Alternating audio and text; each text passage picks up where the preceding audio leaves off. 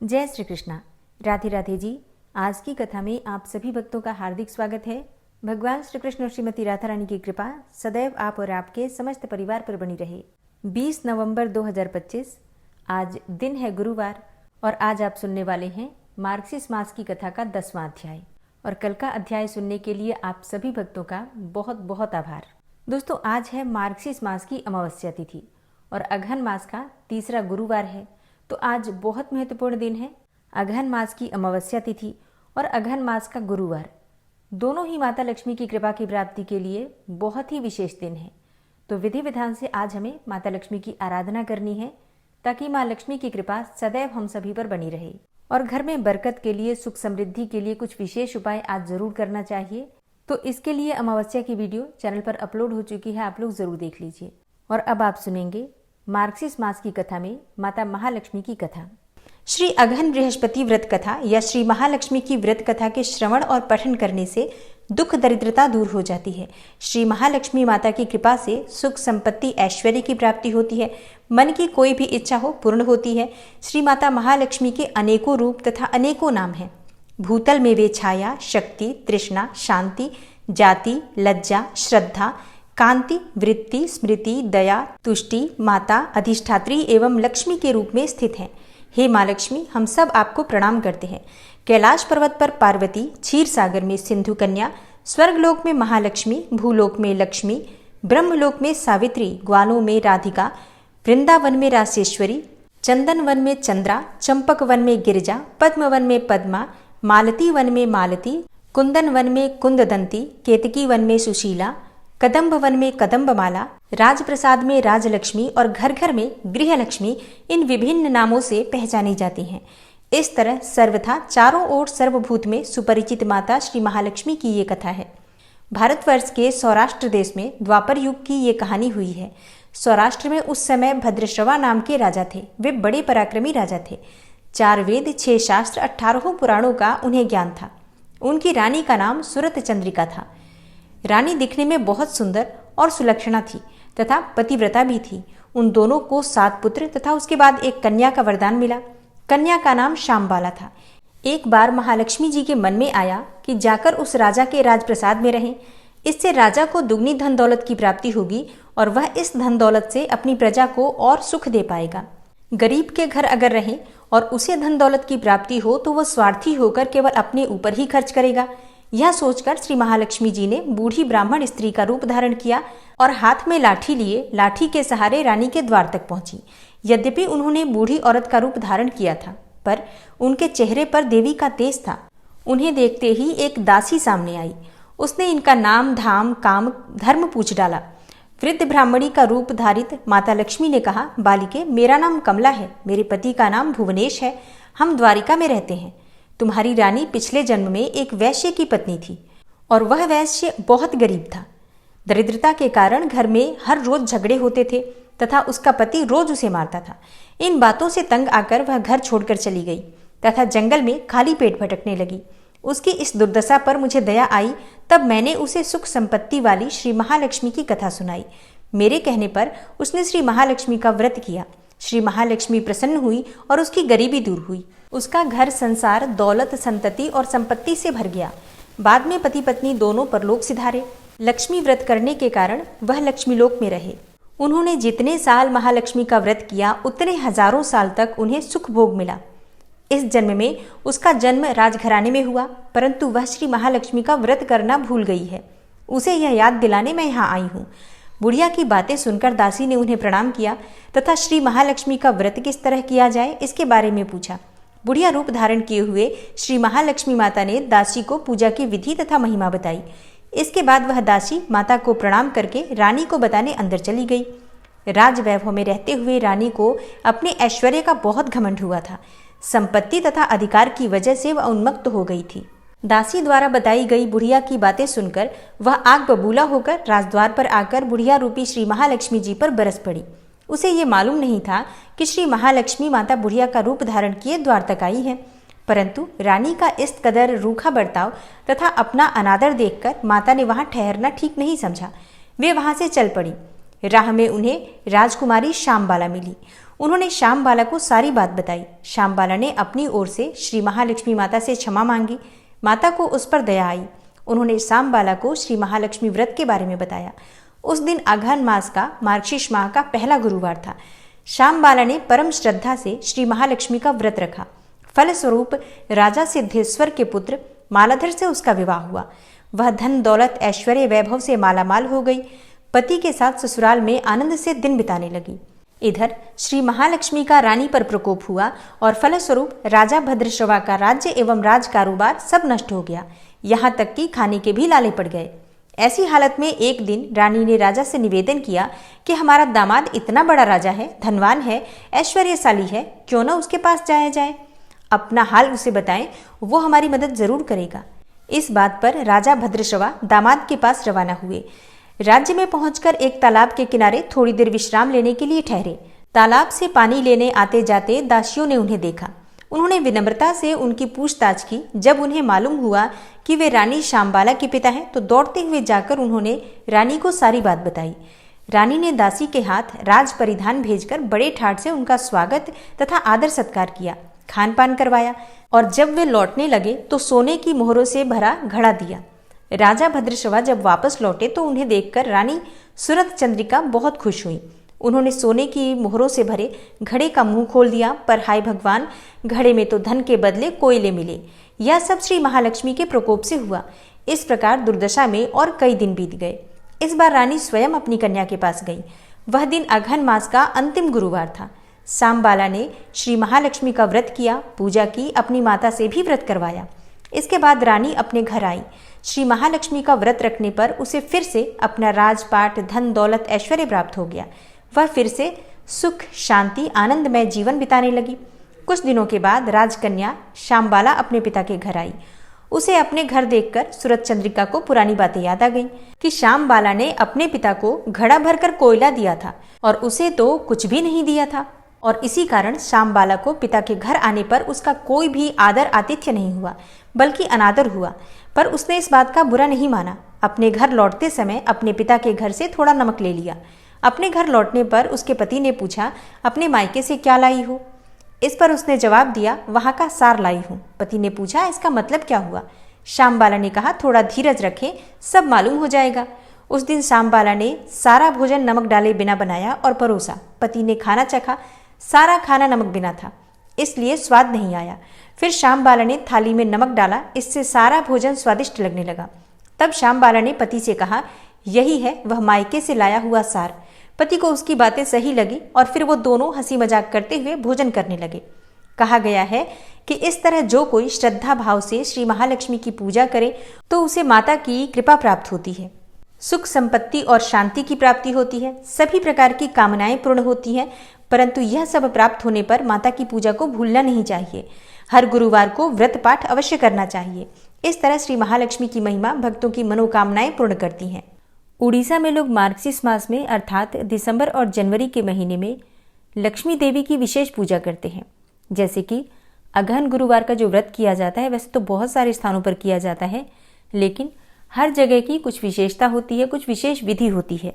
अब क्योंकि आज की कथा का संबंध जगन्नाथ जी और माँ लक्ष्मी जी से है, तो वहाँ पर जैसे कि उड़ीसा में अगहन मास के गुरुवार को, अगहन मास के हर गुरुवार को महिलाएं अलग अलग नियम और अलग अलग अनुष्ठानों का पालन करते हुए देवी लक्ष्मी की विस्तृत पूजा करती हैं।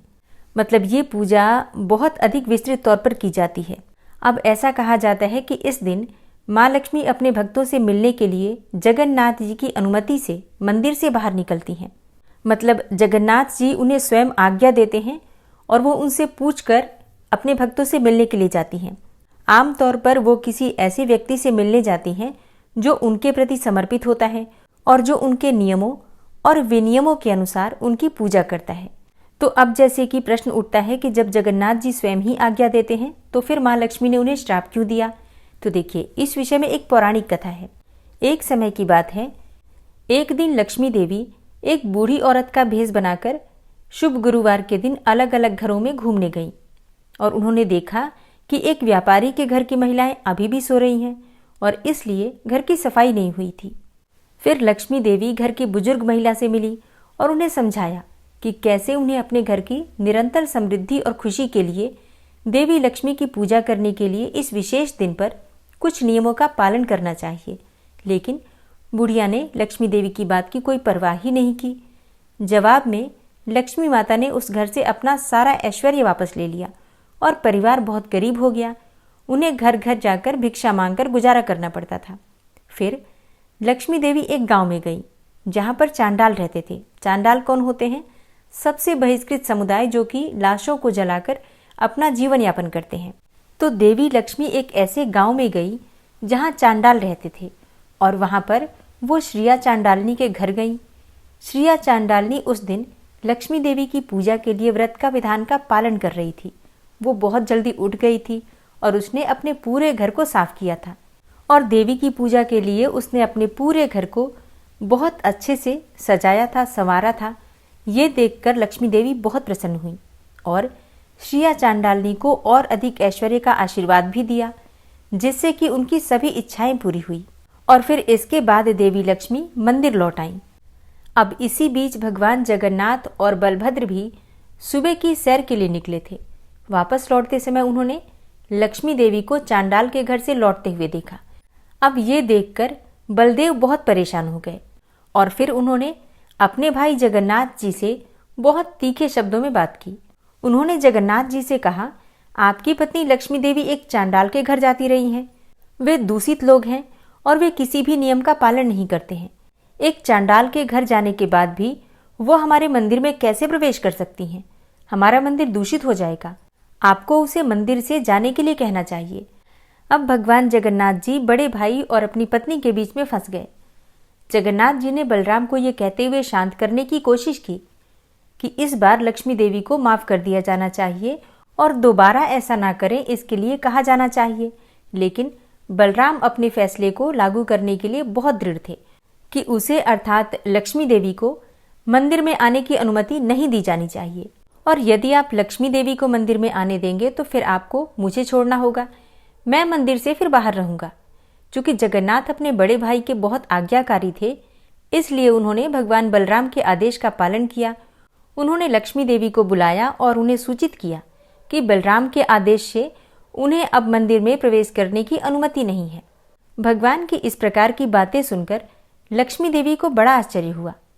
विवाह के समय जगन्नाथ ने उसके पिता से वादा किया था कि वह उसकी पत्नी द्वारा किए गए 10 अपराधों को क्षमा कर देगा। उसके अलावा उनकी यात्रा आपत्तिजनक भी नहीं थी, क्योंकि ये सहमति हुई थी कि मार्गशीर्ष महीने के प्रत्येक गुरुवार को वह अपने भक्तों को आशीर्वाद देने के लिए निकलेंगी और प्रत्येक गांव का दौरा करेंगी और फिर अपने भक्तों को आशीर्वाद देंगी। फिर वो दिन तो छूट गया था, फिर भी अन्यायपूर्ण तरीके से उनको दंड दिया गया। इससे लक्ष्मी देवी बहुत क्रोधित हुई और फिर उन्होंने जगन्नाथ जी को श्राप दिया कि अगले 12 वर्षों तक उसे संतुष्ट करने के लिए पर्याप्त भोजन नहीं मिलेगा और वो केवल उनके द्वारा पकाया और परोसा गया भोजन ही खा पाएंगे। भगवान जगन्नाथ को श्राप देने के बाद लक्ष्मी देवी अपने सभी सहायकों के साथ मंदिर से चली गईं। उनके जाते ही मंदिर समस्त ऐश्वर्य से विहीन हो गया। भंडार गृह खाली था। अगली सुबह जगन्नाथ और बलराम नाश्ते का इंतजार कर रहे थे, लेकिन कुछ नहीं आया। देर हो रही थी, लेकिन अभी तक कुछ भी नहीं परोसा गया था। बलराम ने जगन्नाथ जी से पूछा, हमारे नाश्ते का क्या हो रहा है? इतनी देर क्यों हो गई? जगन्नाथ ने उत्तर दिया, कोई नाश्ता तैयार नहीं किया गया है, क्योंकि लक्ष्मी देवी अपने सभी सहयोगियों के साथ मंदिर छोड़ चुकी हैं, इसलिए खाना बनाने वाला कोई भी नहीं है। तभी जगन्नाथ और बलराम जी कुछ खाना बनाने के लिए घर की रसोई में दाखिल हुए। अपनी मालकिन को मंदिर से निकाले जाने से नाराज होकर लक्ष्मी देवी के साथियों ने रसोई के सभी ओवन तोड़ दिए थे। इसके बाद जगन्नाथ और बलराम खाना पकाने के लिए कुछ सामग्री इकट्ठा करने के लिए भंडार कक्ष में गए, लेकिन उन्हें भंडार कक्ष भी खाली मिला, क्योंकि लक्ष्मी देवी ने अपना सारा वैभव वापस ले लिया था। उस समय तक दोनों भाई बहुत भूखे थे। लक्ष्मी देवी से वंचित होने और भूख से पीड़ित होने के कारण उन दोनों ने भीख मांगने का फैसला किया। यद्यपि भगवान के पास समस्त ऐश्वर्य हैं और वे ब्रह्मांड के पालन करता है, फिर भी वे इस विशेष लीला के माध्यम से अपने भक्त की महानता साबित करने के लिए एक सामान्य व्यक्ति की तरह भिक्षा मांगने निकले। इस प्रकार भगवान जगन्नाथ और बलराम ब्राह्मणों के भेष में घर घर भिक्षा मांगने के लिए शहर शहर में गए। कोई भी उन्हें पहचान नहीं सका। लक्ष्मी से वंचित होने के कारण वे दोनों अत्यंत अशुभ दिखते थे, अतः कोई भी उन्हें भिक्षा नहीं देता था। किसी ने भी उनके साथ अच्छा व्यवहार नहीं किया और उन्हें अपने दरवाजे पर भी नहीं आने दिया। अब इसी बीच लक्ष्मी देवी के आदेश से सूर्यदेव ने अपनी गर्मी बढ़ा दी। दोनों भाइयों को बहुत गर्म रेत पर बहुत कठिनाई से चलना पड़ा। उन्हें बहुत प्यास लग रही थी और वे एक तालाब के पास आकर खुश थे जहां वे अपनी प्यास बुझा सकते थे। अब जैसे ही वो दोनों भाई तालाब के पास पहुंचे, अचानक सारा पानी सूख गया। आखिरकार वे कुछ कोमल पत्तियां खाने के बारे में सोचते हुए एक पेड़ के पास पहुंचे, लेकिन जैसे ही पेड़ के पास पहुंचे पत्तियां तुरंत सूख गईं और मुरझा गईं। अब दोनों भाई बहुत भूखे थे। आमतौर पर वे दिन भर में कई बार खाते थे, जैसा कि राजा इंद्रद्युम्न ने बहुत पहले अनुरोध किया था। वास्तव में वे इतनी बार खाते थे कि खाने के बाद जैसे ही उन्होंने अपने हाथ धोए थे कि दोबारा खाने का समय आ गया था। दोनों भाई इस पद्धति का पालन कर रहे थे और दिन भर वो लगातार खाते रहने के आदी थे। फिर भी अब लगभग पूरा दिन बीत चुका था और अब भी उन्होंने कुछ नहीं खाया था। जल्दी ही दोनों भाई एक मंदिर में पहुंचे जहां हाल ही में प्रसाद वितरण हुआ था। कई लोग प्रसाद लेकर अपने अपने घर लौट रहे थे। जगन्नाथ और बलराम एक महिला के पास पहुंचे। दयालुता के कारण वो अपने में से कुछ भोजन देने के लिए तैयार हो गई थी। उसके पास कुछ मुरमुरे थे जो उसने देवताओं को चढ़ाए थे और वो इसे भाइयों के साथ साझा करने में प्रसन्न थी। जैसे ही उसने जगन्नाथ और बलराम को देने के लिए मुरमुरे उठाए, लक्ष्मी देवी के निर्देश से एक तेज हवा चली और सारे मुरमुरे उड़ गए। दोनों भाइयों ने फिर से कुछ खाने का मौका खो दिया। अब आखिरकार उन्होंने कुछ लोगों से पूछा कि वे खाना लेने के लिए कहाँ जा सकते हैं। किसी ने उन्हें चांडालों के एक गांव में निर्देशित किया जहां एक बहुत ही परोपकारी व्यक्तित्व रहता था। जगन्नाथ और बलराम उस घर में गए और कुछ खाने को मांगा। अब यहाँ गृह स्वामी उन्हें खाना खिलाकर बहुत खुश था, लेकिन बलराम चांडाल के हाथ का बना खाना खाना ही नहीं चाहते थे, बल्कि वो खुद ही खाना बनाकर खाना चाहते थे। उन्होंने गृह स्वामी से कुछ कच्ची खाद्य सामग्री और खाना पकाने की सुविधाएं उपलब्ध कराने को कहा और बलराम के अनुरोध के अनुसार खाना पकाने की सभी सुविधाएं तैयार की गईं।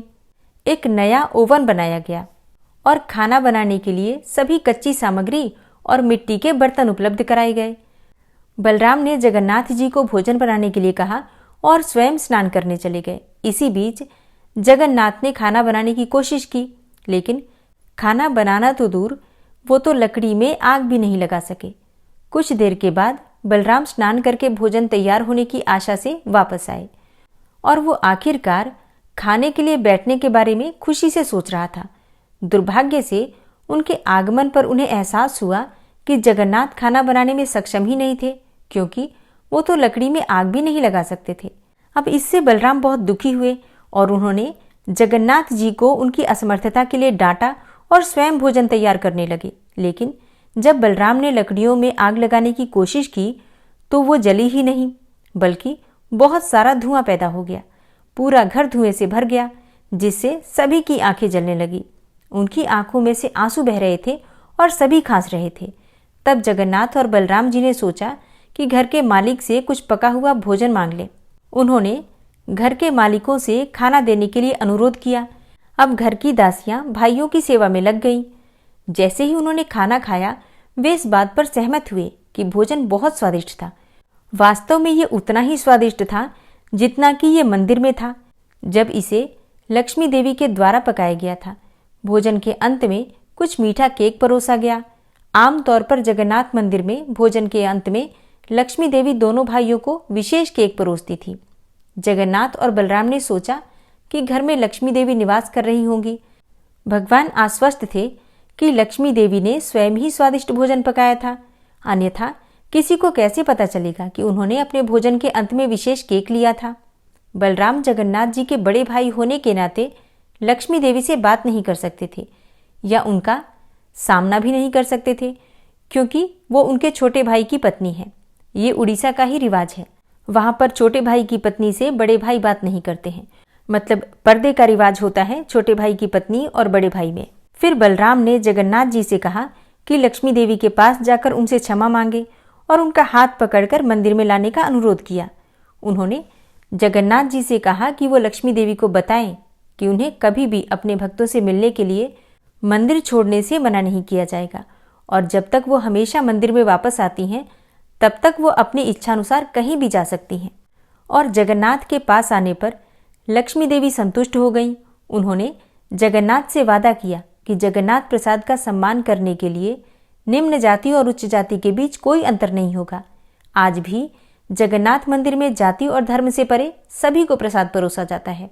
ब्राह्मण और चांडाल एक ही थाली में प्रसाद पा सकते हैं। जय जगन्नाथ, जय महालक्ष्मी।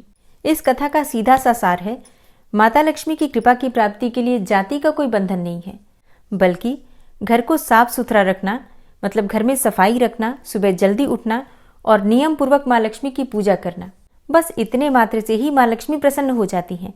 और विशेष रूप से अगहन मास का जो गुरुवार होता है वो तो सबके लिए विशेष होता है। कोशिश करना चाहिए जितनी जल्दी हो सके उठें, उठकर घर की साफ सफाई करके माँ लक्ष्मी की पूजा आराधना करें।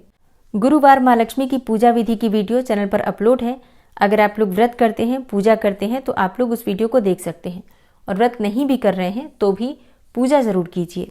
ओम महालक्ष्म्यै च विद्महे विष्णुपत्न्यै च धीमहि तन्नो लक्ष्मी प्रचोदयात्। महालक्ष्मी अष्टकम स्तोत्र का पाठ हिंदी अर्थ से। ओम श्री महालक्ष्मी अष्टकम। इंद्र उवाच नमस्तेस्तु महामाये श्रीपीठे सुरपूजिते शंख चक्र गदा हस्ते महालक्ष्मी नमोस्तुते। अर्थात इंद्र बोले, श्रीपीठ पर स्थित और देवताओं से पूजित होने वाली हे महामाये, तुम्हें नमस्कार है। हाथ में शंख चक्र और गदा धारण करने वाली हे महालक्ष्मी, तुम्हें प्रणाम है। नमस्ते गरुड़ारूढ़े कोलासुर भयंकरी सर्व पाप हरे देवी महालक्ष्मी नमोस्तुते। अर्थात गरुड़ पर आरूढ़ होकर कोलासुर को भय देने वाली और समस्त पापों को हरने वाली हे भगवती महालक्ष्मी, तुम्हें प्रणाम है। सर्वज्ञे सर्ववरदे सर्वदुष्ट भयंकरी सर्व पाप हरे देवी महालक्ष्मी नमोस्तुते। अर्थात सब कुछ जानने वाली, सबको वर देने वाली, समस्त दुष्टों को भय देने वाली और सबके दुखों को दूर करने वाली हे देवी महालक्ष्मी, तुम्हें नमस्कार है। सिद्धि बुद्धि प्रदे देवी भुक्ति मुक्ति प्रदायिनी मंत्रपूते सदा देवी महालक्ष्मी नमोस्तुते। अर्थात सिद्धि बुद्धि भोग और मोक्ष देने वाली हे मंत्रपूत भगवती महालक्ष्मी, तुम्हें सदा प्रणाम है। आद्य अंतरहिते देवी आद्य शक्ति महेश्वरी योगजे योग संभूते महालक्ष्मी नमोस्तुते। अर्थात हे देवी, हे आदि अंत रहित आदि शक्ति, हे महेश्वरी, हे योग से प्रकट हुई भगवती महालक्ष्मी, तुम्हें नमस्कार है। स्थूले सूक्ष्म महारौद्रे महाशक्ते मनोहरे महापाप हरे देवी महालक्ष्मी नमोस्तुते। अर्थात हे देवी, तुम स्थूल सूक्ष्म एवं महारौद्र रूपिणी हो, महाशक्ति हो, महोदरा हो और बड़े बड़े पापों का नाश करने वाली हो। हे देवी महालक्ष्मी, तुम्हें नमस्कार है। पद्मासन स्थिते देवी परब्रह्म स्वरूपिणी परमेशी जगन्मातर महालक्ष्मी नमोस्तुते। अर्थात हे कमल के आसन पर विराजमान पर ब्रह्म स्वरूपिणी देवी, हे परमेश्वरी, हे जगदम्बे, हे महालक्ष्मी, तुम्हें मेरा प्रणाम है। श्वेतांबर धरे देवी नानालंकार भूषणे जगत स्थिते जगन्मातर महालक्ष्मी नमोस्तुते। अर्थात हे देवी, तुम श्वेत वस्त्र धारण करने वाली और नाना प्रकार के आभूषणों से विभूषित हो, संपूर्ण जगत में व्याप्त एवं अखिल लोक को जन्म देने वाली हो। हे महालक्ष्मी, तुम्हें मेरा प्रणाम है। महालक्ष्म्याष्टकम स्तोत्रम यह पठेत भक्तिमान नरः सर्वसिद्धिमवाप्नोति राज्यं प्राप्नोति सर्वदा। अर्थात जो मनुष्य भक्ति युक्त होकर इस महालक्ष्म्याष्टक स्तोत्र का सदा पाठ करता है वह सारी सिद्धियों और राज्य वैभव को प्राप्त करता है। एक कालम पठे नित्यम महापाप विनाशनम द्विकालम च पठे नित्यम धन धान्य समन्वितः। अर्थात जो प्रतिदिन एक समय पाठ करता है उसके बड़े बड़े पापों का नाश हो जाता है, और जो मनुष्य 2 समय पाठ करता है वह धन धान्य से संपन्न होता है। त्रिकालम यह पठे नित्यम महाशत्रु विनाशनम महालक्ष्मीर्भवे नित्यम प्रसन्ना वरदा शुभा। अर्थात जो प्रतिदिन 3 काल पाठ करता है मतलब त्रिसंध्या में पाठ करता है, सुबह शाम दोपहर अगर तीनों समय पाठ किया जाए तो ऐसे मनुष्य के महान शत्रुओं का भी नाश हो जाता है और उसके ऊपर कल्याणकारिणी वरदायिनी महालक्ष्मी सदा ही प्रसन्न रहती हैं। ओम महालक्ष्मी नमः। हे विष्णुप्रिया, हे माँ महालक्ष्मी, हम सभी भक्तों पर अपनी कृपा सदा ही बनाए रखना। ओम विश्वं विष्णुर्वषट्कारो भूतभव्य भवत्प्रभु भूतकृत भूतभृद्भावो भूतात्मा भूतवाहन भूतात्मा परमात्मा च मुक्तानां परमागति अव्ययः पुरुषः साक्षी क्षेत्रज्ञो अक्षर एव च योगो योगविदां नेता प्रधान पुरुषेश्वरः नारसिंहवपुः श्रीमान् केशवः पुरुषोत्तमः सर्वः शर्वः शिवस्थाणुर्भूतादिर्निधिर्व्ययः संभवो भावनो भर्ता प्रभवः प्रभुरीश्वरः स्वयंभू शंभुरादित्यः पुष्कराक्षो महास्वनः अनादिनिधनो धाता विधाता धातुरुत्तमः अप्रमेयो ऋषिकेश पद्मनाभो अमरप्रभु विश्वकर्मा मनुस्त्वष्टा स्थविष्ठः स्थविरो ध्रुवः अग्राह्यः शाश्वतः कृष्णो लोहिताक्षः प्रतर्दन प्रभूतस्त्रिककुब्धाम पवित्रं मङ्गलं परम् ईशानः प्राणदः प्राणो ज्येष्ठः श्रेष्ठः प्रजापति हिरण्यगर्भो भूगर्भो माधवो मधुसूदनः ईश्वरो विक्रमी धन्वी मेधावी विक्रमः क्रमः अनुत्तमो दुराधर्षः कृतज्ञः कृतिरात्मवान् सुरेशः शरणं शर्म विश्वरेताः प्रजाभवः अह संवत्सरो व्याल प्रत्ययः सर्वदर्शनः अज सर्वेश्वर सिद्ध सिद्धे सर्वादिर्च्युत वृषाकपिर्मेयात्मा सर्वयोगविनिश्रितः वसुर्वसुमना सत्य समात्मा संमितः सम अमोघ पुण्डरीकाक्षो वृषकर्मा वृषाकृतिः रुद्रो बहुशिरा बभ्रुर्विश्वयोनिः शुचिश्रवः अमृतः शाश्वतस्थाणुर्वरारोहो महातपः सर्वगः सर्वविद्भानुर्विश्वक्सेनो जनार्दनः वेदो वेदविद्व्यङ्गो वेदाङ्गो वेदवित्कविः लोकाध्यक्ष सुराध्यक्षो धर्माध्यक्ष कृताकृता चतुरात्मा चतुर्व्यूहश्चतुर्द्रष्टश्चतुर्भुजः भ्राजेष्णुर्भोजनं भोक्ता सहिष्णुर्जगदाति च अनघो विजयोजेता विश्वयोनिः पुनर्वसु उपेन्द्रो वामनः प्रांशुर्मोघः शुचिरुर्जिता अतीन्द्रः संग्रहः सर्गो धृतात्मा नियमो यमः वेद्यो वैद्यः सदा योगी वीरः माधवो मधु अतीन्द्रियो महामायो महोत्साहो महाबलः महाबुद्धिर्महावीर्यो महाशक्तिर्महाद्युतिः अनिर्देश्य वपुः श्रीमान् मेयात्मा महाधृतिर् महिश्वासो महीभर्ता श्रीनिवासः सतां गति अनिरुद्ध सुरानन्दो गोविन्दो गोविन्दाम्पति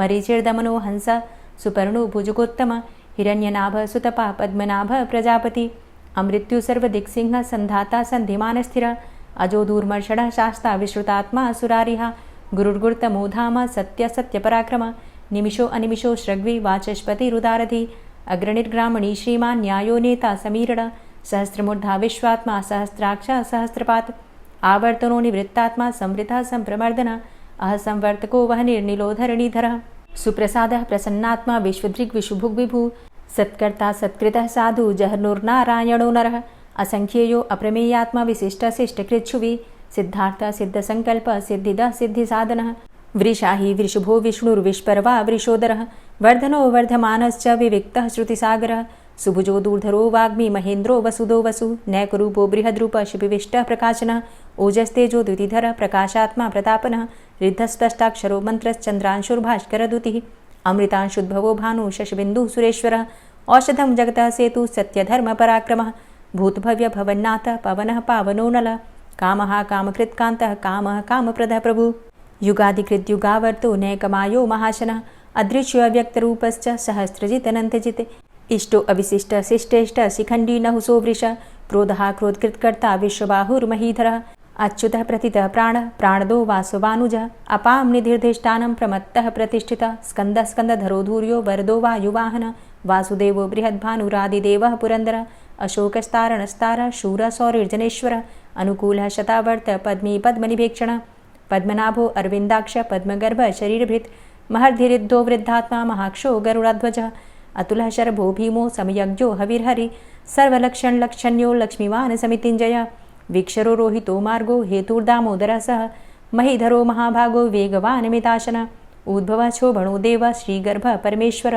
करणं कारणं कर्ता विकर्ता गहनो गुह व्यवसायो व्यवस्थान संस्थान स्थानदो ध्रुव परर्थी परमस्पस्तुष्ट पुष्ट सुभेक्षणः रामो विरामो विरजो मार्गो नेयो नयोनयः वीर शक्तिमतां श्रेष्ठो धर्मो धर्मविदुत्तमः वैकुण्ठः पुरुषः प्राणः प्राणदः प्रणवः पृथु हिरण्यगर्भः शत्रुघ्नो व्याप्तो वायुरुधोक्षजः ऋतुः सुदर्शनः कालः परमेष्ठी परिग्रहः उग्रः संवत्सरो दक्षो विश्रामो विश्वदक्षिणः विस्तारः स्थावरस्थाणु प्रमाणं बीजमव्ययम् अर्थो अनर्थो महाकोशो महाभोगो महाधनः अनिर्विण्ण स्थविष्टोभू धर्मयुपो महामख नक्षत्रनेमिर नक्षत्री क्षमा चाम समीहन यज्ञ इज्जो महेज्यश्च क्रतुसत्रं सतां गतिः सर्वदर्शी विमुक्तात्मा सर्वज्ञो ज्ञानमुत्तमं सुव्रतः सुमुखः सुष्मा सुघोषः सुखदः सुहृतः मनोहरो जित्क्रोधो वीरबाहुर्विदारणः स्वापनः स्ववसो व्यापी नैकात्मानैककर्मकृत् वत्सरो वत्सलो वत्सी रत्नगर्भो धनेश्वरः धर्मगुप्त धर्मकृद्धर्मी सदसक्षरमक्षरम् अविज्ञाता सहस्रांशुर्विधाता कृतलक्षणः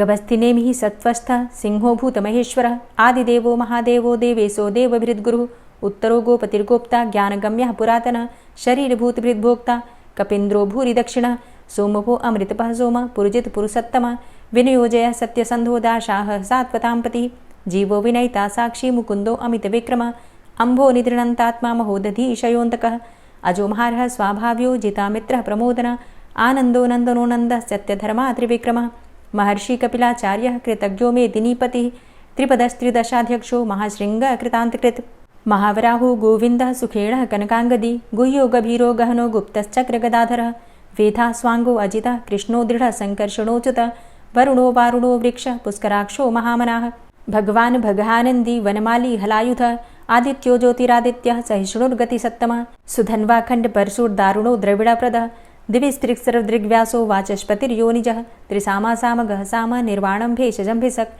सन्न्यासकृच्छमः शान्तो निष्ठा शान्तिः परायणं शुभाङ्गः शान्तिदस्रष्टा कुमुदः कुबलेशय गोहितो गोपतिर्गोप्ता वृषभाक्षो वृषप्रियः अनिवर्ति निवृतात्मा संक्षेप्ता चेमकृच्छिवः श्रीवत्सवक्षा श्रीवास श्रीपति श्रीमतांबर श्रीद श्रीश श्रीनिवास श्रीनिधि श्रीविभावन श्रीधर श्रीकर श्रेय श्रीमान् लोकत्रयाश्रय स्वक्ष स्वंग शतानंदो नंदिर्ज्योतिर्गणेश्वर विजितात्मा विधेयात्मा सत्कीर्तिश्छिन्न संशय उदीर्ण सर्वतक्षसुर्निश शाश्वत स्थिर भूषयो भूषणो भूतिर्विशोकः शोकनाशन अर्चिष्मानर्चितः कुंभो विशुद्धात्मा विशोधन अनिरुद्धो अप्रतिरथ प्रद्युम्नो अमितविक्रमः कालिनेमि निहावीर शौरी सूर्जनेश्वर त्रिलोकात्मा त्रिलोकेशः केशवः केशिहारी कामदेवः कामपालः कामीकान्तः कृतागमः अनिर्देशवपुर्विष्णोर्वीरो अनन्तो धनञ्जयः ब्रह्मण्यो ब्रह्मकृद्ब्रह्मा ब्रह्म ब्रह्म विवर्धन ब्रह्मविद् ब्राह्मणे ब्रह्मी ब्रह्मज्ञो ब्राह्मणप्रियः महाक्रमो महाकर्मा महातेजा महोरगः महाक्रतुर्महायज्वा महायज्ञो महाहवि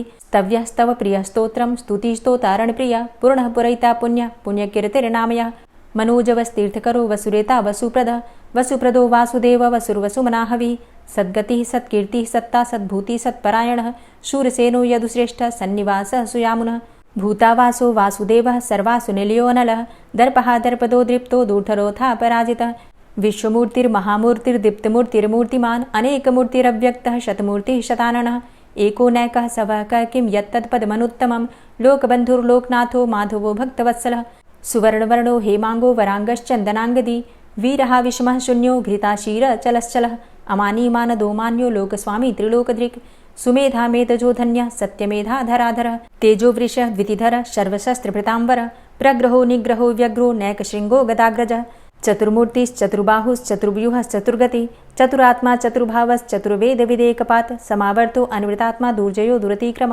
दुर्लभो दुर्गमो दुर्गो दुरावासो दुरारिहा शुभांगो लोकसारंगः सुतन्तुस्तन्तुवर्धन इन्द्रकर्मा महाकर्मा कृतकर्मा कृतागमः उद्भवः सुन्दरः सुन्दो रत्ननाभः सुलोचनः अर्को वाजसनः शृङ्गी जयन्तः सर्वविजयी सुवर्णबिन्दुरक्षोभ्य सर्वभागीश्वरेश्वरः महाह्रदो महागर्तो महाभूतो महानिधि कुमुदः कुन्दरः कुन्दः पर्जन्यः पावनो नीलः अमृताशो अमृतवपुः सर्वज्ञः सर्वतोमुखः सुलभः सुव्रतः सिद्धः शत्रुजित् शत्रुतापनः न्यग्रोधो दुम्बरो अस्वस्थश्चाणुरान्ध्रनिषूदनः सहस्रार्चिः सप्तजिह्वः सप्तैधा सप्तवाहनः अमूर्तिरणघो अचिन्त्यो भयकृद्भयनाशनः अणुर्बृहत्कृशः स्थूलो गुणभृन्निर्गुणो महान् अधृतः स्वधृतः स्वास्य प्राग्वंशो वंशवर्धनः भारभृतिकथितो योगी योगी स सर्वकामद आश्रमश्रमण क्षाम सुपर्णो वायुवाहन धनुर्धरो धनुर्वेदो दण्डोदमयितादम अपराजितः सर्वसहो नियन्ता नियमो यमः सत्त्ववान् सात्विकः सत्य सत्यधर्मपरायण अभिप्रायः प्रियार्होरः प्रियकृत्प्रीतिवर्धनः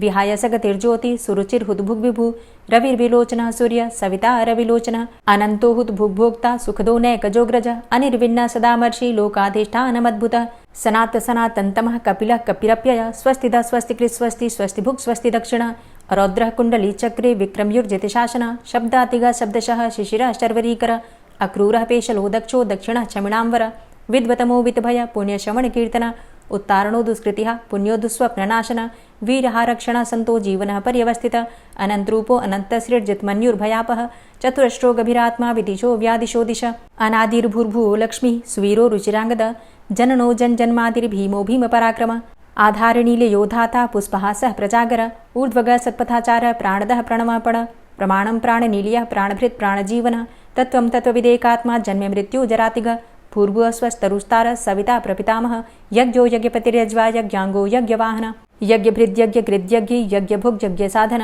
यज्ञान्तिकृद्यज्ञ गुह्यमन्यमन्नादेव च आत्मयोनिः स्वयं जातो वैखानः सामगायन देवकी नंदन स्रष्टा क्षितिसः पापनाशन शंखभृन्नंद कीचक्री शारंगधन्वा गदाधर रथांगपाणिरक्षोभ्य सर्वप्रहरणायुध ओम नमः इति। और अब आप सुनेंगे श्री तुलसी चालीसा।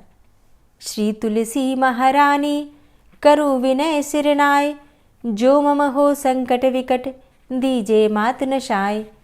नमो नमो तुलसी महारानी, महिमा अमित न जाए बखानी। दियो विष्णु तुमको सन्माना, जग में छायो सुयस महाना। विष्णु प्रिया जय जयति भवानी, तिहु लोक की हो सुख खानी। भगवत पूजा करे जो कोई, बिना तुम्हारे सफल न होई। जिन घर तव नहीं होय निवासा, उस घर कर ही विष्णु नहीं बासा। करें सदा जो तव नित सुमिरन, तेहि के काज होय सब पूरन।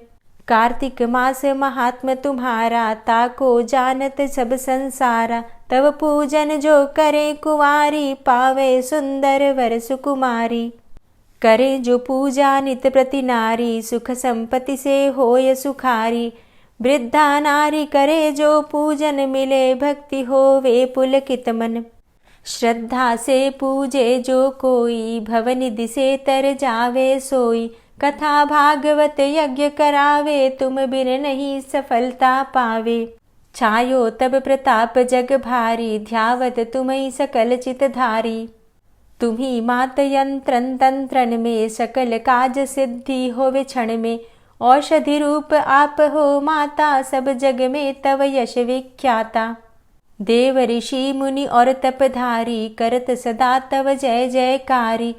वेद पुराणन तव यश गाया, महिमा अगम पार नहीं पाया। नमो नमो जय जय सुख कारणी, नमो नमो जय दुख निवारणी। नमो नमो सुख संपत्ति देनी, नमो नमो अघ काटन चेनी। नमो नमो भक्तन दुख हरणी, नमो नमो दुष्टन मद छेनी। नमो नमो भव पार उतारणी, नमो नमो परलोक सुधारणी। नमो नमो निज भक्त उबारणी, नमो नमो जन काज सवारणी। नमो नमो जय कुमति नशावनी, नमो नमो सब सुख उपजावनी। जयति जयति जय तुलसी माई, ध्याऊं तुमको शीश नवाई। निज जन जानी मोहि अपनाओ, बिगड़े कारज आप बनाओ। करूं विनय मैं मात तुम्हारी, पूर्ण आशा करहु हमारी। शरण चरण कर जोरी मनाऊं, निश दिन तेरे ही गुण गाऊं। करहु मात अब मोह पर दाया, निर्मल होए सकल मम काया। मांगू मातु यही बर दीजे, सकल मनोरथ पूर्ण कीजे। जानू नहीं कछु नेम आचारा, क्षमहु मातु अपराध हमारा। 12 मास करे जो पूजा, तासम जग में और नहीं दूजा। प्रथम ही गंगा जल मंगवावे, फिर सुंदर स्नान करावे। चंदन अक्षत पुष्प चढ़ावे, धूप दीप नैवेद्य लगावे। करें आचमन गंगा जल से, ध्यान करे हृदय निर्मल से। पाठ करे फिर चालीसा की, स्तुति करे मात तुलसा की। यह विधि पूजा करे हमेशा, ताके तन नहीं रहे कलेशा।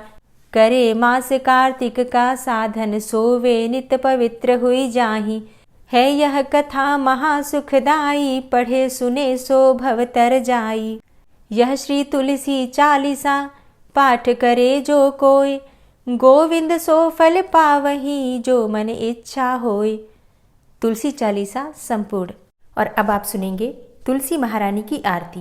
तुलसी महारानी नमो नमो, हरि की पटरानी नमो नमो, तुलसी महारानी नमो नमो, हरि की पटरानी नमो नमो। धन्य तुलसी पूरण तप कीनो, धन्य तुलसी पूरण तप कीनो, शालिग्राम की बनी पटरानी नमो नमो, तुलसी महारानी नमो नमो, हरि की पटरानी नमो नमो। जाके पत्र मंजरी कोमल, जाके पत्र मंजरी कोमल, श्रीपति कमल चरण लपटानी नमो नमो, हरि की पटरानी नमो नमो, तुलसी महारानी नमो नमो। धूप दीप नैवेद्य आरती, धूप दीप नैवेद्य आरती, पुष्पन की वर्षा बरसानी नमो नमो, हरि की पटरानी नमो नमो, तुलसा महारानी नमो नमो। 56 भोग 36 व्यंजन, 56 भोग 36 व्यंजन, बिन तुलसा हरि एक न मानी नमो नमो, तुलसी महारानी नमो नमो, हरि की पटरानी नमो नमो। सभी सखी मैया तेरो यश गावे, सभी सखी मैया तेरो यश गावे, भक्ति दान दीजे महारानी नमो नमो, तुलसा महारानी नमो नमो, हरि की पटरानी नमो नमो। नमो नमो तुलसा महारानी, नमो नमो तुलसी महारानी, तुलसी महारानी नमो नमो, हरि की पटरानी नमो नमो, तुलसी महारानी नमो नमो, हरि की पटरानी नमो नमो। प्रेम से बोलिए तुलसी मैया की जय। आज की कथा आपको कैसी लगी कमेंट बॉक्स में ज़रूर बताइए।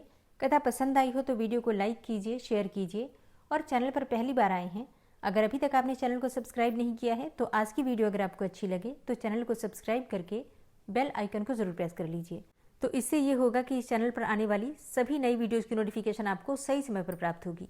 मिलती मैं आपसे अगली वीडियो में, तब तक के लिए जय श्री राधे।